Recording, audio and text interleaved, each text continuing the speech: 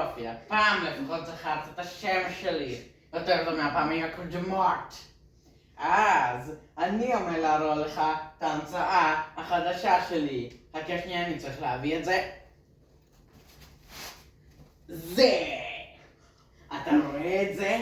אתה יודע מה זה עושה? זה מזמן חתולים! לא, זה ייתן לך בום בראש!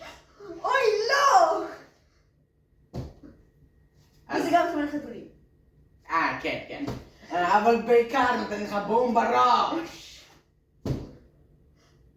דקה אחת, למה קוראים לך דוקטור קרלי ברג שטיינברג? הסיפור טיפה ארוך, אבל יש לי זמן לספר. דבר ראשון, קרלי, בגלל שאנחנו עולים חדשים מרוסיה, וכשאני נולדתי בסיביר והיה לי שם קר. אז ברן, זה כשנולדתי, נפלתי על הברך, ואז הם לא ידעו להגיד כי רוסיה, אז הם כתבו נ במקום, אז מזה בא ברן.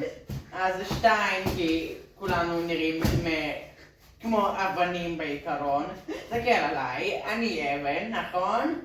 ברג, כי כולנו מכורים להמבורגרים, את זה אתה יודע.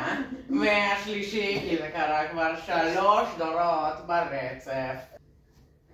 איך אתה מעז? רגע, אתה שברת את זה? בזמן המונולוג שלי? לא.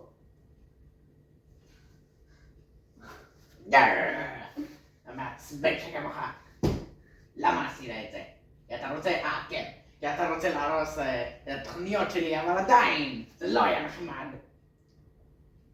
אני מצטער. טוב, עכשיו אני חייב לעצור אותך.